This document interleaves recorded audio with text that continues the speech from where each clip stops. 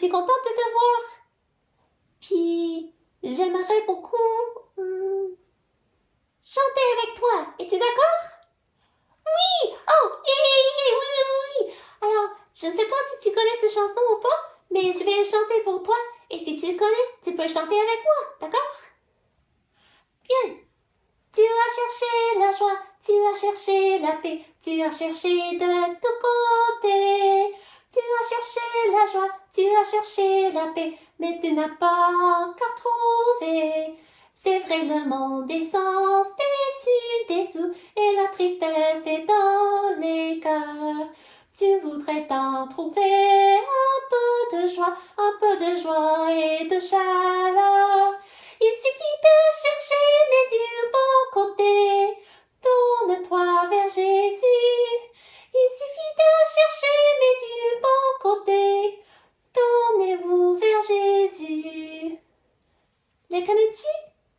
C'est tellement beau. Chante-la avec moi encore une fois. Tu as cherché la joie, tu as cherché la paix, tu as cherché de tous côtés. Tu as cherché la joie, tu as cherché la paix, mais tu n'as pas encore trouvé. C'est vrai, le monde est sans dessous, et la tristesse est dans les cœurs. Tu voudrais t'en trouver un peu de joie et de chaleur. Il suffit de chercher, mais du bon côté. Tourne-toi vers Jésus. Il suffit de chercher, mais du bon côté. Tournez-vous vers Jésus. Oui, c'est vrai, quand on se tourne vers Jésus, on trouve la joie et la paix qu'on cherche. C'est bien, hein? C'est une bonne chanson à se chanter quand on se sent triste, hein? Oui, puis je pense que c'est bientôt le temps pour l'histoire, alors je vous laisse pour ça et j'irai m'asseoir pour écouter avec toi. Bye! Bonjour, je suis contente que vous êtes avec moi aujourd'hui pour continuer notre étude des codes du dimanche des livres de la Bible. Puis nous apprenons les mots-clés ou les thèmes des livres de la Bible. Et la semaine passée, nous avons terminé les livres de sagesse. Alors oui, la Bible est divisée entre deux sections, l'Ancien Testament et le Nouveau Testament. Mais il y a encore d'autres divisions, plus ou moins précises, comme il y a les 5 livres de la loi. On doit le savoir si on connaît certaines chansons. On doit savoir qu'il y en a 5 qui sont Genèse, Exode, Lévitique, Nombre, Deutéronome et Nombre. Faut les dire dans le bon ordre, hein? Puis après viennent les livres de l'histoire. Alors, Josué, Juge, Ruth, 1 et 2 Samuel, 1 et 2 Rois, 1 et 2 Chroniques, Esdras, Néhémie. Puis viennent les 5 livres de la loi. Et pourquoi est-ce qu'on les regroupe ensemble et on les appelle les 5 livres, j'ai dit de la loi, hein? Je veux dire de la sagesse. Il y a 5 livres de la loi, mais il y a aussi 5 livres de la sagesse. Et pourquoi est-ce qu'on les appelle les livres de la sagesse? Mais c'est justement parce que ces livres parlent de la sagesse. Alors le premier dans cette série s'appelle Job. Est-ce que tu te rappelles du mot-clé du livre de Job?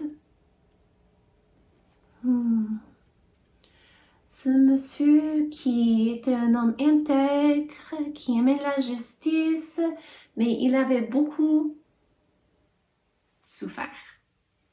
C'est la souffrance. Pourquoi est-ce que de bonnes personnes souffrent sur cette terre? Ou des personnes qui pensent qu'ils sont de bonnes personnes. Mais pourquoi est-ce qu'on souffre? On trouve la réponse pour une des raisons dans le livre de Job. Alors, Job parle de la souffrance. Puis vient après le livre des psaumes. Et c'est quoi le mot-clé pour le livre des psaumes? Ce sont des chants. Et quand on chante à la gloire et honneur de Dieu, on est en train de le louer. C'est ça. Alors, le mot-clé pour le livre des psaumes, c'est le louange. Puis après vient le livre des proverbes. Puis les proverbes parlent de la sagesse. Ça, c'est le mot-clé pour le livre des proverbes parce que vraiment, c'est plein de bons conseils pour nous. Puis, il y a après le livre de l'Ecclésiaste, qui est fort probablement le roi Salomon, qui avait demandé de la sagesse auprès de Dieu, mais qui avait beaucoup expérimenté avec sa vie pour faire des expériences. Est-ce que je dois vivre pour ça? Je dois vivre pour ça? Et qu'est-ce qu'il a dit? Vanité. Que tout est vanité. Si on essaie de vivre sans Dieu, c'est vraiment vain. Et le mot-clé pour son livre d'Ecclésiaste, c'est vanité. Puis, on a parlé du livre de Cantique des Cantiques, ce poème qui parle d'un amour, un amour pur et sans regret. Alors, le mot-clé, je vous l'ai déjà donné, c'est l'amour. Alors, essayons encore de faire une petite révision. Si je vous demande le mot-clé pour le livre de Job, c'est la souffrance.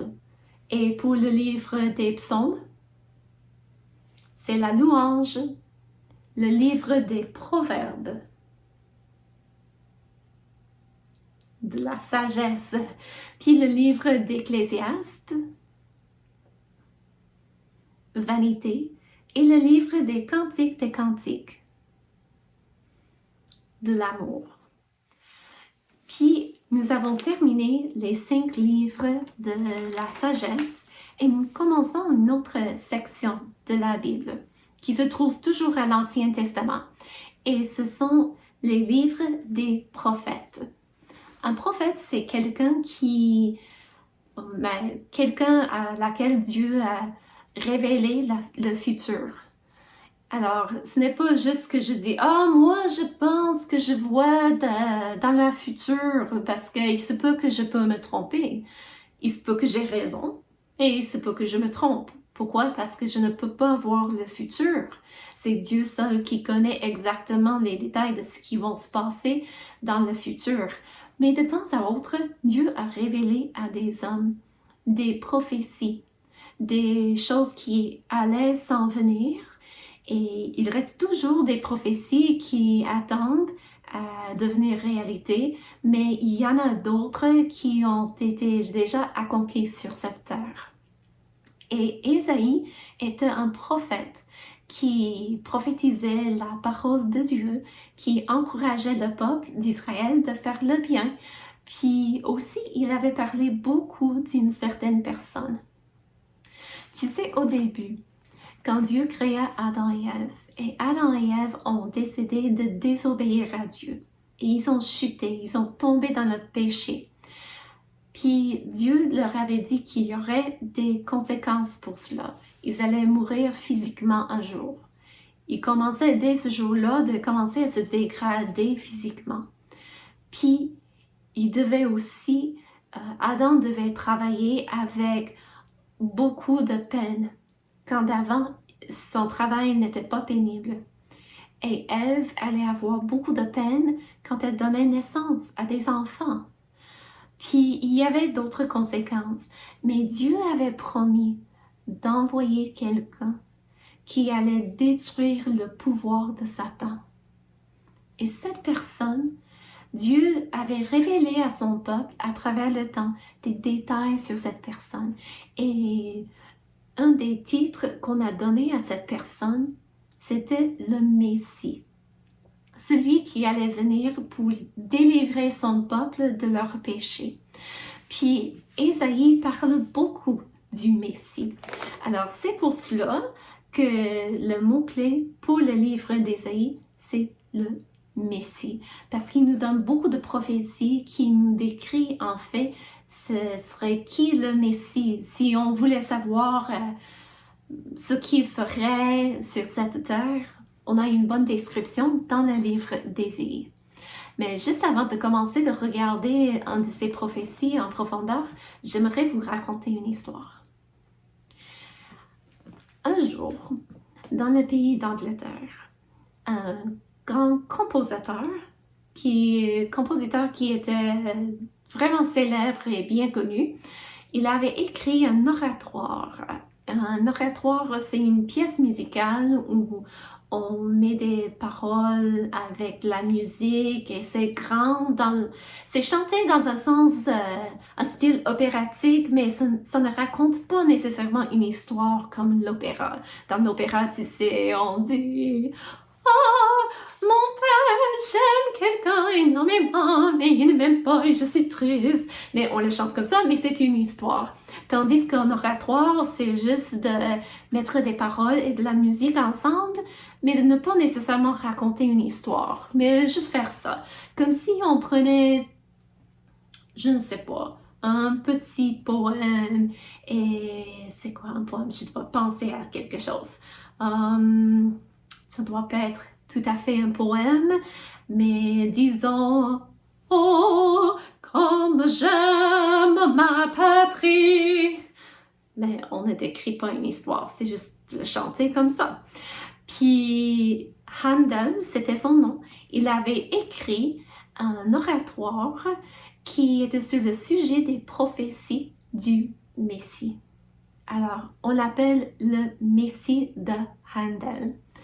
Et Handel avait écrit cela, puis ça devenait très populaire pour aller écouter. Et à un moment donné, on faisait un concert à Londres.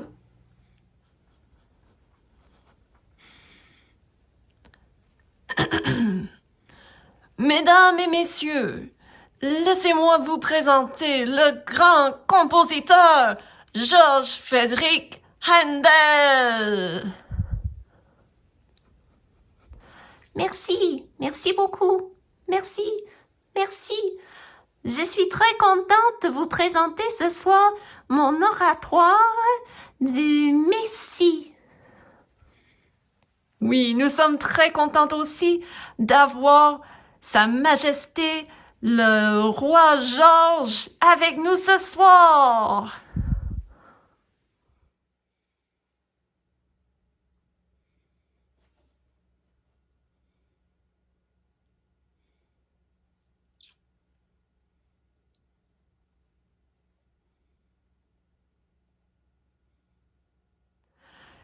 Et maintenant, on écoute le Messie.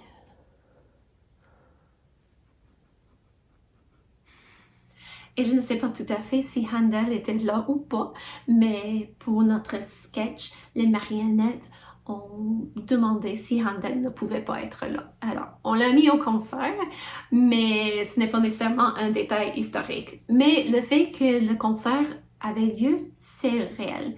Et le roi de l'Angleterre, le roi, Sa Majesté Georges le XIIe, il était là en assistance.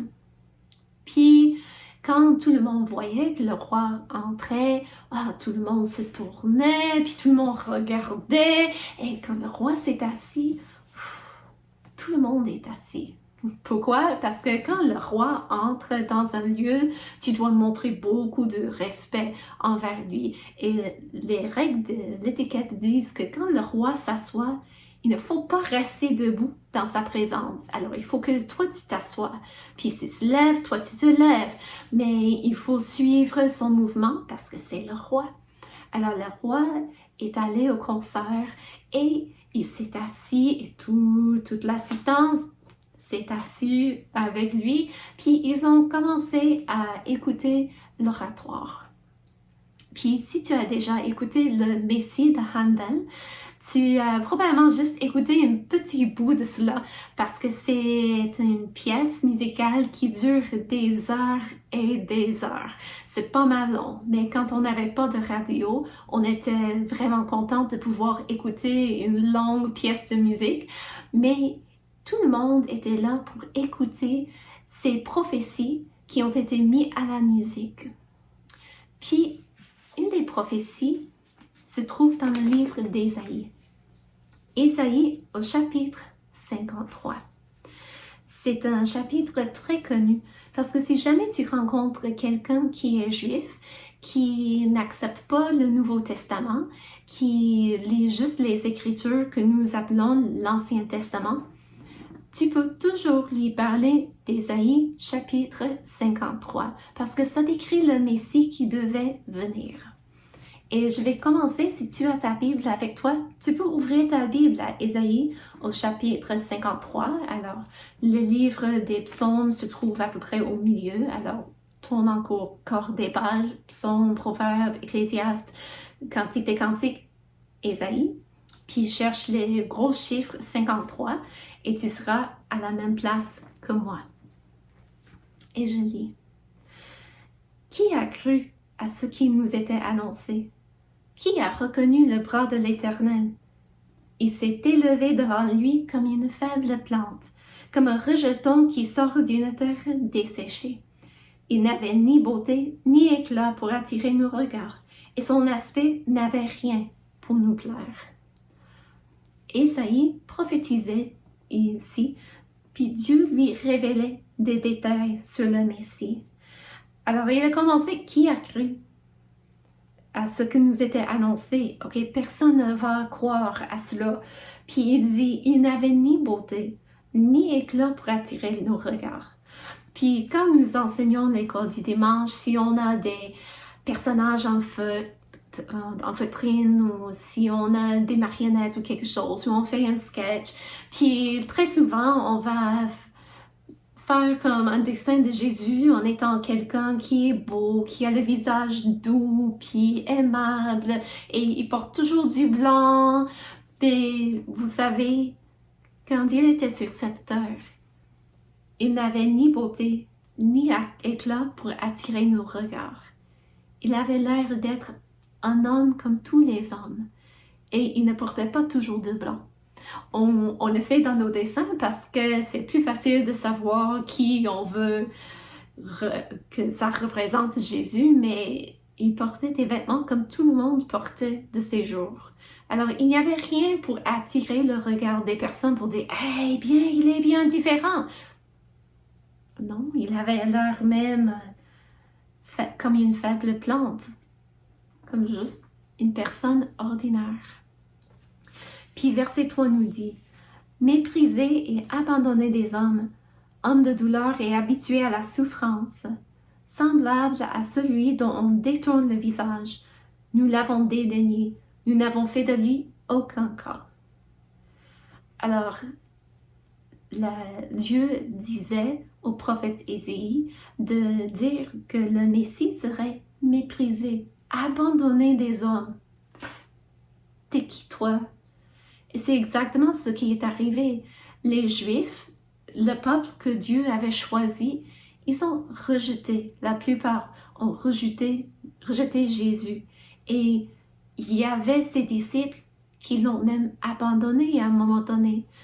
Puis, Ésaïe nous disait qu'il serait un homme de douleur, habitué à la souffrance. Pense-y, est-ce que tu as déjà souffert? Jésus comprend, parce que lui aussi, il a souffert. Il a été habitué à la souffrance. Puis, c'était une personne dont on détournerait le visage. Il était dédaigné. Puis, nous n'avons fait de lui aucun cas. Comme, t'es qui toi? Puis, on avait rejeté Jésus le Messie. Puis, au verset 4, cependant, malgré tout cela, le rejet du peuple, cependant, ce sont nos souffrances qu'il a portées. C'est de nos douleurs qu'il s'est chargé. Et nous l'avons considéré comme puni, frappé de Dieu et humilié. Et il a pris nos péchés sur lui-même. Et nous avons traité Jésus comme s'il était puni par Dieu, comme s'il souffrait pour quelque chose qu'il faisait, tandis qu'il ne souffrait pas pour ses péchés parce qu'il était pur et saint à 100%. Il n'avait pas de péché. Il souffrait pour nos péchés. Puis verset 5 nous dit, « Mais il était blessé pour nos péchés, brisé pour nos iniquités. Le châtiment qui nous donne la paix est tombé sur lui, et c'est par ses meurtrissures que nous sommes guéris. » nous avons tous mérité une punition pour nos péchés. Le mot péché veut dire quelque chose qu'on dit, fait ou pense qui va contre les lois de Dieu. C'est quelque chose que je dis, ça peut être une méchanceté. Ça peut être de dire un mensonge ou de juste dire des choses vraiment méchantes. Je te déteste. Ça, c'est un péché. Je sais que ça arrive de temps à autre qu'on le dit ou qu'on veut le dire, mais c'est un péché de parler comme ça. Ou ça peut être tout simplement des pensées. J'aimerais le tuer. Oh, ce n'est pas bien. Encore, ça peut nous arriver. Je pense que ça arrive à tout le monde de détester quelqu'un à un tel point qu'on pense « j'aimerais qu'il meure ». Mais ça, c'est un péché. Une pensée comme ça. Puis ça peut être aussi quelque chose qu'on fait avec les mains. Est-ce qu'on prend quelque chose qui ne nous appartient pas, sans payer pour cela ou sans demander la permission? C'est du vol. Ça, c'est de pécher avec les mains. Alors, le péché, c'est quelque chose qu'on dit, fait ou pense qui va contre les lois de Dieu, qui est mal. Et Jésus a pris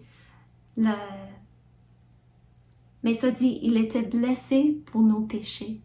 Alors, lui qui est pur et saint à 100%, qui n'a jamais fait du mal, il s'est chargé de la punition de nos péchés. C'est comme s'il disait, moi, je prendrai la punition qu'elle a méritée, ou que toi, tu as mérité. Puis il a pris la punition, il l'a mis sur ses épaules, et il a souffert pour cela sur la croix du Calvaire. Puis, le verset, quand ça dit le châtiment qui nous donne la paix est tombé sur lui, c'est parce que notre punition que nous avions méritée est tombée sur Jésus. Et à cause de cela, nous pouvons avoir la paix avec Dieu, notre Créateur, et avec les autres êtres humains, parce que nos péchés sont déjà payés. Nous n'avons qu'à accepter ce que Jésus a fait pour nous sur la croix. Alors, le châtiment qui nous donne la paix, parce que ça nous donne la paix avec Dieu quand nous l'acceptons, est tombé sur lui. Il ne dit pas Jésus, parce qu'à ce moment-là, Dieu n'avait pas révélé le nom du Messie. Mais je pense qu'il ne l'avait pas encore révélé. Il faut que je vérifie mes détails. Je pense que c'est plus tard. Mais du moins, il dit que cette personne allait prendre notre châtiment pour nous. Puis, au verset 7, la Bible nous dit, « Il a été maltraité et opprimé, et il n'a point ouvert la bouche. Semblable à un agneau qu'on mène à la boucherie, à une brebis muette devant ceux qui l'attendent, il n'a point ouvert la bouche. » Et quand Jésus a comparu devant Pilate, Pilate était étonné qu'il ne disait rien à sa défense. Il répondait à quelques questions, mais il n'essayait pas de répondre, comme Dieu nous l'avait dit bien avant dans la prophétie d'Ésaïe. Il est resté muet, comme une brebis, devant ceux qui allaient prendre sa vie. Puis, une autre chose qui est très intéressante au verset 9, regarde avec moi. Qu'est-ce que ça dit? Ça dit, on a mis son sépulcre parmi les méchants, son tombeau avec le riche, quoiqu'il n'ait point commis de violence et qu'il n'y ait point eu de fraude dans sa bouche. Comment est-ce qu'on peut enterrer quelqu'un parmi les méchants et son tombeau avec le riche? D'habitude, on ne pense pas que les méchants et les riches vont être enterrés à la même place. Mais est-ce que tu te rappelles? Quand Jésus est décédé sur la croix, il était entouré de 2 malfaiteurs. Et un d'entre eux avait reconnu qu'ils avaient mérité de mourir sur une croix, de souffrir cette grande punition qu'avaient inventée les Romains. Mais il avait reconnu que Jésus était juste. Il n'avait pas mérité cela. Puis cet homme-là avait demandé à Jésus pardon et Jésus l'a pardonné parce qu'il avait demandé. Puis comme ça, Jésus, il était parmi les méchants. Mais son tombeau, C'était un homme riche, Joseph d'Arimathée, qui avait utilisé son sépulcre pour Jésus. Parce qu'on n'enterrait pas les personnes comme on fait ici de nos jours, mais on mettait tout, par contre, on mettait le corps dans une sorte de caverne et on laissait tout se décomposer, sauf les os, puis on mettait les os dans un ossuaire, puis on les rangeait dans les coins plus profonds du sépulcre. Puis comme ça, Jésus a été mis dans le sépulcre d'un homme très riche. Alors, la prophétie s'est accomplie en Jésus-Christ. Puis au verset 10, ça nous dit, « Il a plu à l'Éternel de le briser par la souffrance. Après avoir livré sa vie en sacrifice pour le péché, il verra une postérité et prolongera ses jours. Et l'œuvre de l'Éternel prospérera entre ses mains. » Alors, ça a plu à Dieu. Dieu était content de voir Jésus souffrir. Mais pourquoi? Pourquoi? Parce que Jésus n'a rien fait de mal. Pourquoi est-ce que Dieu le Père serait comme content de cela? Parce qu'après avoir livré sa vie en sacrifice pour le péché, après que Jésus est mort sur la croix pour nos péchés, comme sacrifice pour nous, il verra une postérité. Il nous voyait d'avance. Toi et moi et toutes les personnes qui vont accepter Jésus comme leur sauveur. Et j'espère bien que c'est une décision que tu as déjà faite personnellement. Mais Dieu voyait d'avance tout le monde qui allait accepter Jésus comme sauveur. Il leur voyait comme une postérité. Et il était content, pas pour la souffrance nécessairement, mais plutôt pour voir comment Jésus allait pouvoir à nous pour notre pardon, pour qu'on pourrait être réunis avec Dieu un jour au ciel. Dieu est tellement bon, n'est-ce pas? Tellement bon de souffrir tellement pour nous. Puis si jamais tu rencontres une personne juive qui n'accepte pas nécessairement le Nouveau Testament, tu peux toujours lui en parler de ce chapitre ici. Tu peux dire, écoutez, on va regarder tes Écritures, parce qu'ils utilisent ce que nous appelons l'Ancien Testament, et tu peux lui dire, regardons Ésaïe chapitre 53. Si on le lit tout simplement, sans essayer de mettre des détails ou de tirer des choses, juste le lire comme c'est écrit. C'est qui dans l'histoire penses-tu que ça décrit?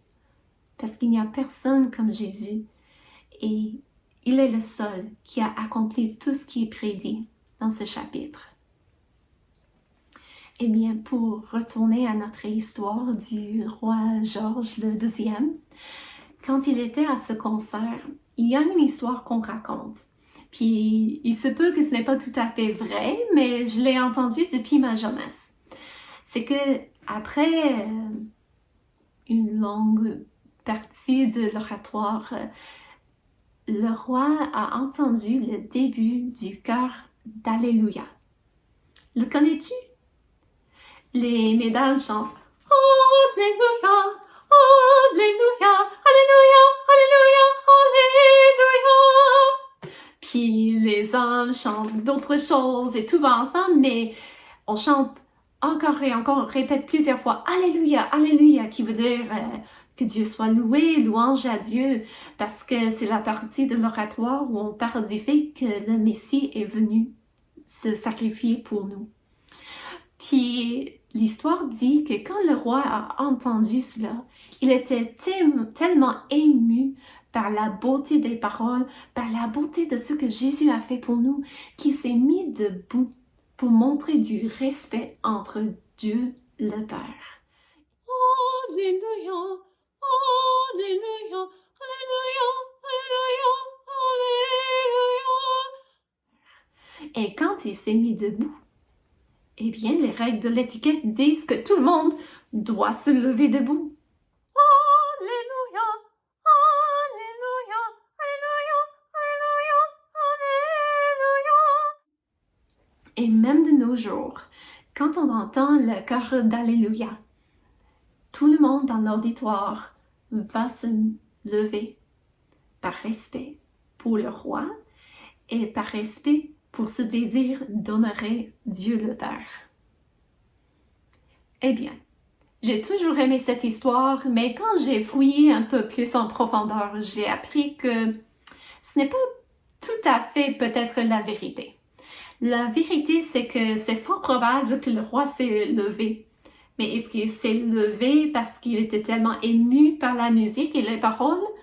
Ou est-ce qu'il s'est levé juste parce que ça faisait déjà 2 heures qu'il écoutait la musique et il restait encore beaucoup plus de temps? Il se peut qu'il voulait se dégourdir les jambes. Mais si c'était pour se dégourdir ou si c'était pour montrer de l'honneur envers Dieu le Père, je ne sais pas. Mais j'aime penser que de nos jours, tout le monde, les gens, se lèvent parce qu'ils pensent que le roi voulait montrer de l'honneur entre Dieu le Père pour ce qu'il a fait pour nous. Eh bien, Jésus est venu en forme d'être humain pour souffrir pour nous. Ça veut dire qu'il connaît toutes nos souffrances.